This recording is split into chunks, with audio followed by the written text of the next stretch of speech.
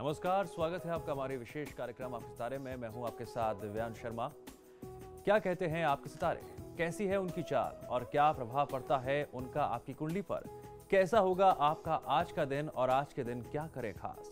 शुभ फलों की प्राप्ति के लिए क्या हो महाउपाय? इन्हीं सब जानकारियों के लिए लेकर हाजिर हैं हम आपके सितारे। आज आचार्य जी बताएंगे रामचरितमानस की एक चौपाई जो दिलाएगा आपको मनचाहा जीवन साथी। तो फिर देर किस बात की, शुरू करते हैं आज का आपके सितारे।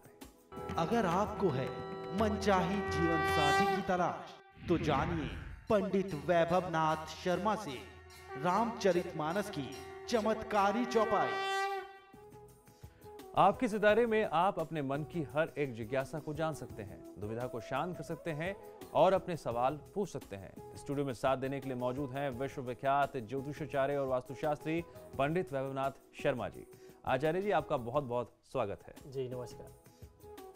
तो यदि आप अपनी कुंडली के ग्रह नक्षत्र से परेशान हैं या कार्य, व्यापार, परिवार की चिंता कर रहे हैं, आपको परेशान होने की अब कोई जरूरत नहीं।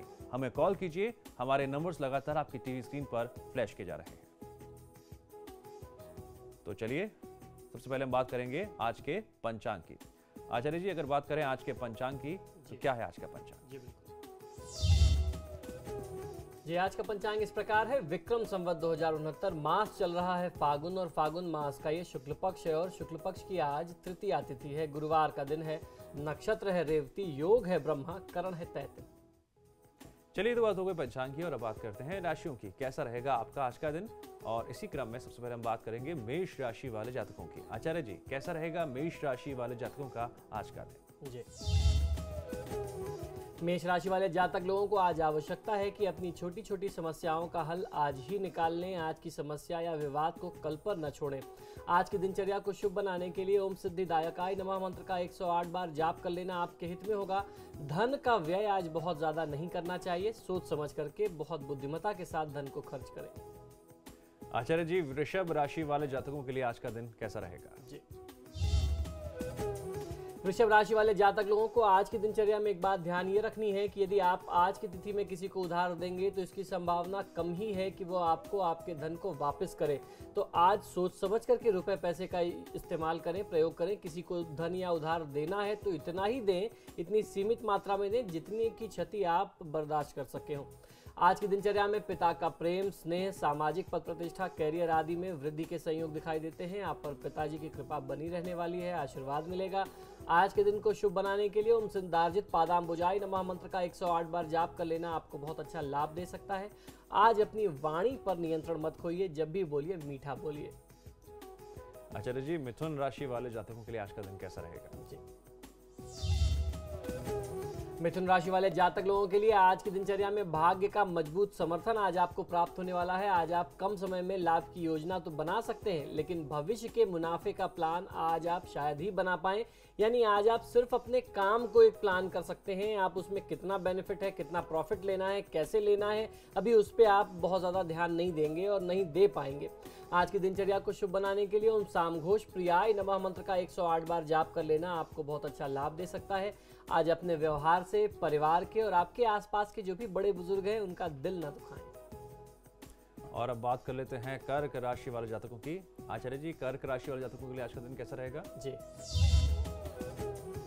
कर्क राशि वाले जातक लोगों के लिए आज की तिथि में भाई बंधु के साथ वाद विवाद की स्थिति बहुत अच्छी नहीं रहने वाली है। वाद विवाद संभावित है, वाद विवाद हो सकता है, तो इसे आपको अपनी सूझबूझ से बचाना है और आप चाहें तो थोड़ी सी दूरी बना लीजिए। आज किसी काम को आरंभ करने में आपको कुछ थोड़ी सी शुरुआती परेशानी आ सकती है, पर एक बार काम शुरू हो जाएगा तो आपको फिर आगे कोई दिक्कत नहीं आएगी। आज की दिनचर्या को शुभ बनाने के लिए ओम सर्वात्मकाय नमः मंत्र का 108 बार जाप कर लेना आपके हित में रहने वाला है। मांसाहार के सेवन से और प्रयोग से बचना चाहिए। और चलिए, अब आचार्य से जान लेते हैं कि सिंह राशि वाले जातकों के लिए आज का दिन कैसा रहेगा। सिंह राशि वाले जातक लोगों के लिए अब तक आपने जो भी मेहनत की है या जो धन कमाया है या किसी को उधार दिया है, तो आज ही आपको उसका एक जगह एक हिसाब कहीं लिखना शुरू कर देना चाहिए। जब तक आप उसका कोई लेखा जोखा नहीं रखेंगे तो आप बहुत ज़्यादा अपने धन का व्यय कर सकते हैं या क्षति हो सकती है। आपके दिमाग से विस्मृत हो जाएगा, भूल जाएगा, जिससे फिर आपको भविष्य में दिक्कत आएगी। तो आपको अपने खर्चों का, रुपए पैसे के लेन देन का हिसाब रखना चाहिए, वो आपके लिए लाभ की स्थिति वाला होगा। आज की दिनचर्या को शुभ बनाने के लिए सर्वसिद्धि प्रदायकाय नमः मंत्र का 108 बार जाप कर लेना आपके लिए सर्वोत्तम है। आज आपको ध्यान ये रखना है कि यदि आपके घर कोई व्यक्ति आता है, कोई आगंतुक, कोई अतिथि, कोई मेहमान आता है, तो जब आप उसे विदा करें तो खाली हाथ विदा न करें, कुछ दान दक्षिणा अवश्य दे करके विदा करें, या आपके हित में है। आचार्य जी, कन्या राशि वाले जातकों के लिए आज का दिन कैसा रहेगा? जी, कन्या राशि वाले जातक लोग आज अपनी जीवन शैली को, अपनी लाइफस्टाइल को और ज्यादा लेविश बनाने में, मजबूत करने में व्यस्त रहेंगे। धार्मिक उत्सव में सम्मिलित होने का अवसर आपको प्राप्त होगा। ओम सर्व सिद्धि प्रदायकाय इस मंत्र का आपको भी जाप कर लेना बहुत अच्छा लाभ दे सकता है। आज की तिथि में आप जो भी कार्य करें पूरे धीरज के साथ और पूरे विवेक के साथ करें, किसी भी परिस्थिति में अपना धैर्य न खोएं। आचार्य जी, कुछ दर्शक हैं जो अपने जीवन की समस्याओं को इस मंच के जरिए चाहते हैं कि जल्द से जल्द वो दूर हो जाएं, और इसी क्रम में आगे बढ़ते हुए विनीता जुड़ गए हमारे साथ। जी विनीता जी, अपना सवाल पूछने से पहले जन्म की तिथि, समय और स्थान बताइए। जी, जन्म तिथि पता नहीं है मुझे। हेलो जी बोलिए। जी, जन्म की तिथि पता नहीं है मुझे। अच्छा, और जन्म का स्थान? जी, पहाड़ी। जी, आप अपना प्रश्न बताएं विनीता। जी, मेरी शादी को 2 साल हो गए। जी जी, अभी तक कोई संतान नहीं है क्या? जी, देखिए विनीता, इस परिस्थिति में प्रश्न लग्न का बहुत ज़्यादा प्रयोग नहीं किया जा सकता। प्रश्न लग्न की भी कुछ अपनी सीमितताएं होती हैं, कुछ लिमिटेशंस होते हैं। जब आपको अपने संतान के बारे में जानना है तो पति पत्नी का पूरा विवरण सही रूप में दिया जाना चाहिए। प्रश्न लग्न की स्थिति से अभी वर्तमान समय में कुछ बाधा की स्थिति दिखाई देती है। ऐसा लगता है कि कम से कम 6-8 महीने का गैप आपको कंसीव करने में अभी आएगा, तो इतना समय आपको इंतजार करना चाहिए। और कुछ आवश्यक जो टेस्ट हैं, जो चिकित्सकीय परीक्षण है, वो आप दोनों पति पत्नी को करा लेना चाहिए।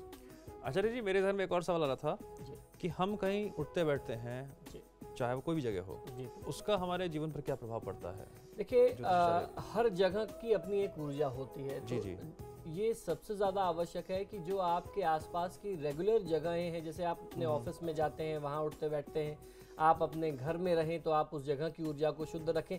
इसी के लिए हम लोग आए दिन दैनिक जीवन में कुछ सरल उपाय बताते रहते हैं। वो वास्तु के हैं, ज्योतिष के, कुछ ऐसे आसान से सरल से उपाय जिसका इस्तेमाल करके आप अपने आसपास की ऊर्जा को शुद्ध कर सकते हैं, अपने आसपास के वास्तु को शुद्ध कर सकते हैं। आपके अंदर जो नकारात्मक ऊर्जा उस जगह से आत्मसात हो गई है, उसको दूर करने के लिए भी नमक के बहुत सारे प्रयोग बताए। यदि आप उसको करेंगे तो आपको निश्चित लाभ मिलेगा। चलिए, कानपुर से हमारे साथ अर्चना जुड़ गई हैं। अर्चना जी, अपनी जन्म की तिथि, समय बताइए। अर्चना जी, क्या मुझे सुन पा रही हैं? अर्चना जी, लगता है अर्चना जी से हमारा संपर्क टूट गया है। प्रदीप जी जुड़ गए हमारे साथ। प्रदीप जी, अपनी जन्म तिथि और समय बताइए। 28 जुलाई 28 जुलाई 1968, समय शाम 7:30 बजे, और स्थान? दिल्ली। जी, अपना सवाल पूछिए। ये आप इधर देखने चाहते हैं कि हमारे पास जो भी हम काम करते हैं उसमें पैसा फंस जाता है। किसी को मान लो 100 रुपये उधार देते हैं, वो फंस जाते हैं। और भी मकान बनाना है, कैसा रहेगा? जी, देखिए, मकान बनाने में वर्तमान समय में आपको निश्चित तौर पे बाधा आएगी। राहु की महादशा चल रही है और राहु की महादशा में बुध की अंतर्दशा है। इस समय में आप कहीं कोई इन्वेस्टमेंट करेंगे, प्रॉपर्टी में करेंगे, ज़मीन में करेंगे, तो निश्चित ही आपको बहुत ज़्यादा दिक्कत आएगी। वर्तमान समय में यदि आप मकान और भवन से संबंधित कुछ काम करना ही चाहते हैं तो आपके लिए सर्वोत्तम ये होगा कि आप राहु और शनि दोनों के वैदिक मंत्रों का जाप करा लें, क्योंकि चतुर्थ भाव में नीच का शनि और राहु की महादशा ये आपके भवन प्राप्ति के सपने को हमेशा बाधित करेंगे और उसमें कहीं ना कहीं से आपको नुकसान मिलेगा। आचार्य जी, एक सवाल और है जो एक दर्शक ने मुझसे पूछा था कि कई ऐसे लोग होते हैं जो किसी भी वक्त पूजा कर लेते हैं, नहाए जी, जिस वक्त नहाए उसके बाद पूजा करना शुरू कर देते हैं। क्या पूजा का कोई वक्त निर्धारित होता है, और किसी भी समय अगर हम पूजा कर लेते हैं उसका कोई सकारात्मक या नकारात्मक प्रभाव पड़ सकता है? देखिए, जहाँ तक पूजा पाठ की बात करें तो पूजा पाठ का कोई नकारात्मक प्रभाव तो ऐसा नहीं पड़ता, क्योंकि आप देवी देवताओं की पूजा कर रहे हैं, आप ईश्वर भक्ति में मन को लगा रहे हैं। लेकिन निश्चित तौर पे आपको अपने दिनचर्या में किसी भी काम को करने के लिए एक समय निश्चित करना चाहिए। बहुत छोटा सा उदाहरण कि आपका उठने का समय एकदम निश्चित है, आप 7 बजे उठ जाते हैं। आपका भोजन करने का समय एकदम निश्चित है, आप 2 बजे दिन में भोजन कर लेते हैं, रात में 10 बजे कर लेते हैं, 8 बजे कर लेते हैं। और वहीं पूजा की जब बात आती है तो उसमें आप फ्लेक्सिबिलिटी रखते हैं, कभी आप 7 बजे सुबह कर लेते हैं, कभी आप दिन के 2 बजे करते हैं। तो इससे बचना चाहिए। पूजा पाठ का समय एक होना चाहिए, उससे ही आपकी पूजा में शक्ति आती है। विकास जुड़ गए हमारे साथ अगले कॉलर। जी विकास जी, अपनी जन्म की तिथि बताइए। हेलो, हाँ जी, मैं विकास की बहन बोल रही हूँ। अच्छा मेरी जन्म तिथि 1 सितंबर 1985 है। जी हाँ जी, और समय तो ठीक से पता नहीं है, सुबह का समय है। और क्या कहते हैं, मुझे अपने बारे में पता करना है। सवाल पूछिए। मेरा सवाल ये है कि कहीं पे भी शादी का भी योग नहीं बन रहा है, घर में कोई सुख शांति नहीं है।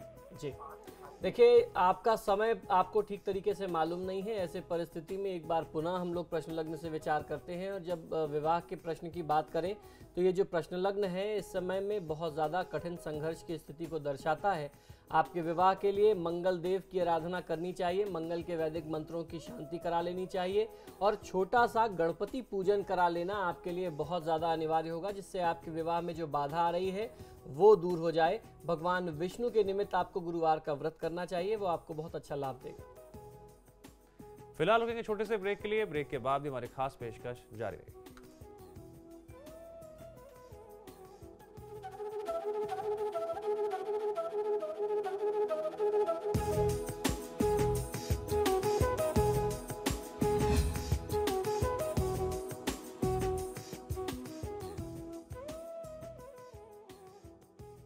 स्वागत है ब्रेक के बाद। आप देख रहे हैं हमारी खास पेशकश आप सितारे, और अब बात कर लेते हैं बाकी बची 6 राशियों की। और इसी क्रम में आगे बढ़ते हुए हम बात करेंगे तुला राशि वाले जातकों की। आचार्य जी, तुला राशि वाले जातकों के लिए आज का दिन कैसा रहेगा? जी, तुला राशि वाले जातक लोगों को आज की दिनचर्या में धन संबंधी मामले में कुछ कठिनाई की संभावना आ सकती है। लोन, किराया, खरीदना बेचना हेतु आज कुछ आपके लिए अव्यस्तता की स्थिति रहने वाली है। जो आपकी एक रेगुलर सेट रूटीन चल रही थी, फाइनेंशियल मामले बहुत सेट चल रहे थे, आज थोड़ा डिस्टर्ब हो सकते हैं। आपको अपने आर्थिक मामलों में थोड़ा ध्यान देना होगा। ओम सर्वरी प्रियाय नमः मंत्र का 108 बार जाप कर लेना आपके हित में है। आज वाहन का प्रयोग यदि आप करते हैं स्वयं से, तो बहुत तेज गति में वाहन मत चलाइए। आचार्य जी, वृश्चिक राशि वाले जातकों के लिए आज का दिन कैसा रहेगा? जी, वृश्चिक राशि वाले जातक लोगों के लिए आज दूसरों के साथ नया अनुबंध करने में सतर्क रहना चाहिए, लेकिन ध्यान रखें कि आपके अपने रिश्ते आपसे दूर ना हो जाएं। सामाजिक व्यापारिक प्रभाव में आपके लिए आज वृद्धि का दिन है। आज की दिनचर्या को शुभ बनाने के लिए ओम सर्वतनयाय नमः मंत्र का 108 बार जाप कर लेना आपको बहुत अच्छा लाभ दे सकता है। किसी को रुपया पैसा आज आप उधार मत दीजिए। आचार्य जी, धनु राशि वाले जातकों के लिए आज का दिन कैसा रहेगा? जी, धनु राशि वाले जातक लोगों के लिए आज आप किसी से भावनात्मक स्तर पर जुड़ सकते हैं। पुराने संपर्कों का आपको बहुत अच्छा लाभ मिल सकता है। आज आपको लाभ लेना चाहिए, लेने का प्रयास करना चाहिए। अधिक व्यस्तता में अपनों से थोड़ी सी दूरी बन सकती है। अपने लोगों के बीच आपको उपेक्षा से बचना है। ओम समाहिताय नमः मंत्र का 108 बार जाप कर लेना आपके हित में होगा। आज क्रोध करने से बचिए। आचार्य जी, मकर राशि वाले जातकों के लिए आज का दिन कैसा रहेगा? जी, मकर राशि वाले जातक लोगों को आज आवश्यकता है अपनी वाणी पर संयम रखने की। नवीन संबंधों से लाभ मिल सकता है। निकट के व्यक्तियों के कारण कुछ तनाव भी मिल सकता है। अधिकारी वर्ग भी आज आपको कुछ थोड़ा सा परेशान कर सकते हैं, उनकी तरफ से भी कष्ट की स्थिति बनी रहने वाली है। ओम समस्त जगदाधराय नमः मंत्र का 108 बार जाप कर लेना आपके हित में रहने वाला है। मांसाहार और मद्यपान का प्रयोग आज न करें तो आपके लिए उत्तम है। आज इनसे आप बचिए। और आइए अब जान लेते हैं आचार्य जी से कि कुंभ राशि वाले जातकों के लिए आज का दिन कैसा रहेगा। कुंभ राशि वाले जातक लोगों के लिए संतति के कार्यों में लाभ की स्थिति बनेगी, अर्थात बच्चों की तरफ से आज आपको कुछ लाभ मिल सकता है। उनके क्रियाकलाप, उनकी गतिविधि जो है वो आपके पक्ष में, आपके हित में रहने वाली है। आपके सामाजिक मान सम्मान और प्रतिष्ठा में वृद्धि करेगी। मित्रों और प्रियजनों का सहयोग आज आपको मिलने वाला है। ओम सज्जदानंद विग्रहाय नमः मंत्र का 108 बार जाप कर लेना आपके हित में रहने वाला है। भाई बंधु के साथ आज आप वाद विवाद न करें। और आखिर में जान लेते हैं कि मीन राशि वाले जातकों के लिए आज का दिन कैसा रहेगा। जी आचार्य। मीन राशि वाले जातक लोगों को आज आवश्यकता है कि अपने आसपास की चीजों में कुछ बदलाव लाने का प्रयास करें। नवीन संबंधों से आज आपको बहुत अच्छा लाभ मिल सकता है। कोई ऐसा नया व्यक्ति मिले जो उच्च पदस्थ हो, वो आपको कहीं ना कहीं से बहुत अच्छी सहायता करेगा। ओम श्री प्रतय नमः मंत्र का 108 बार जाप कर लेना आपके हित में रहेगा। आज बहुत ज्यादा तनाव और कार्यक्षेत्र का दबाव अपने ऊपर आप मत लीजिए। आचार्य जी, दर्शक इंतजार कर रहे हैं कि आज का जो महा उपाय है जी वो क्या है, वो भी दर्शक जानना चाहेंगे, तो बात कर लेते हैं आज के महा उपाय की। आचार्य जी। जी बिल्कुल। जी, आज का महा उपाय बेहद खास है, हमारे नौजवान भाई बहनों के लिए है जिनके सामने अक्सर ये बाधा आती है कि उनको अपने लिए उचित जीवन साथी नहीं मिलता। यहाँ पे थोड़ा ध्यान देने की बात है। हम लोग यहाँ शास्त्रों से ली गई कुछ चौपाइयों की बात कर रहे हैं, रामचरितमानस की कुछ ऐसी प्रामाणिक चौपाइयों की बात कर रहे हैं जिनका जाप करने से लड़कों को भी यानी वर को भी और कन्या को भी यदि उनके विवाह में बाधा आती है और जैसी क्वालिटीज वो अपने जीवन साथी के अंदर चाहते हैं वो क्वालिटीज उनको मनचाही क्वालिटीज जो है अपने जीवन साथी के अंदर मिलती है। तो रामचरितमानस की जो एक चौपाई है वो आपको मनचाहा जीवन साथी दिला सकती है। मनचाहा जीवन साथी से आप यहाँ समझने में चूक मत करिए। ऐसा नहीं है कि जिसको आप पसंद करते हैं, ऐसा है कि जो आपके लिए उचित है, देवी देवता जिसको आपके लिए उचित समझते हैं, जो हर तरीके से आपके लिए ठीक है, वो आपको मिलेगा। ऐसा मैं कभी नहीं कह सकता कि आप समाज के विरुद्ध जाकर के आप इस चौपाई का जाप करें और आप जिससे प्यार करते हैं, जिससे प्रेम करते हैं, जिसके प्रति आप आकर्षित हैं, आप उसको अट्रैक्ट कर सकते हैं, आकर्षित कर सकते हैं, अपने वश में करके आप विवाह कर लेंगे। समाज के नियमों के विरुद्ध या परिवार के विरुद्ध जाएंगे, ऐसा कदापि नहीं है। इस भ्रम में मत आइए। जो आपके लिए उचित है, देवी देवता जिसे उचित समझते हैं, वो आपको मिलेगा। यदि कोई योग्य अथवा वर या कन्या के विवाह में जब बाधा आ जाए तो इस रामचरितमानस की चौपाई का जाप करना चाहिए। इसके बारे में हमारे शास्त्र में कहते हैं कि इस चौपाई के जाप करने से कम 45 दिन जाप करने से आपको बहुत अच्छा लाभ मिलता है। ये चौपाई इस प्रकार है। सुनो सिय सत्य असीस हमारी, पूज ही मन कामना तुम्हारी। ये चौपाई बालकांड से ली गई है। इसमें सीता जी के गौरी पूजन के प्रसंग में है, जब माँ सीता जो है माँ पार्वती की आराधना करती हैं। यदि कोई विवाह योग्य युवती हो या कोई लड़का हो, कोई युवक हो, इस चौपाई का प्रतिदिन 45 दिन तक जप करता है, सोमवार से या उसके बाद गुरुवार से आरंभ करके, तो आपको अपने मनोवांछित वर की प्राप्ति होती है। जिस प्रकार सीता जी का विवाह भगवान श्री राम से हुआ था, उसी प्रकार इस चौपाई का जाप करते हुए आपको भी अपने लिए उत्तम वर या आपको अपने लिए उत्तम कन्या प्राप्त हो सकती है। तो चलिए, दर्शकों ने जाना महा उपाय की, लेकिन जाते जाते हमारे साथ एक कॉलर जुड़ी हुई है, उनसे बात कर लेते हैं। अंजू जी, अपना सवाल पूछने से पहले अपनी जन्म तिथि बताइए। अंजू जी, क्या आप मुझे सुन पा रही हैं? लगता है हमारा संपर्क टूट गया है। आचार्य जी, जीवन में जो ये महा उपाय होता है, वाकई में कई दर्शकों के फोन आए, मैसेज आए कि उनकी जिंदगी में काफी जो है सकारात्मक प्रभाव डाल रहा है, बदलाव आया बहुत बड़ा। जी बिल्कुल।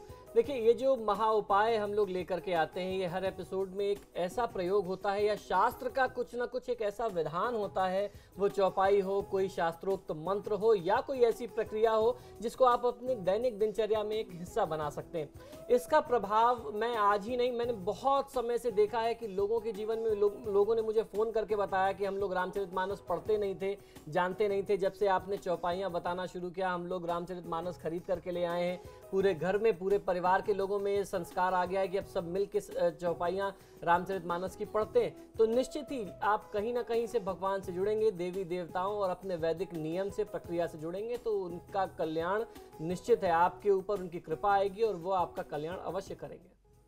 आचार्य जी, आप स्टूडियो में आए, अपने दर्शकों को तमाम विस्तार से जानकारी दी, उसके लिए आपका बहुत बहुत शुक्रिया। सीताराम। और फिलहाल हमारी इस खास पेशकश में इतना ही। उम्मीद करते हैं कि आचार्य जी आपको जो तमाम बातें बताते हैं उनको आप अपने जीवन में उसी तरह से करें ताकि आपके जीवन में सफलता आए, सुख मिले। नमस्कार।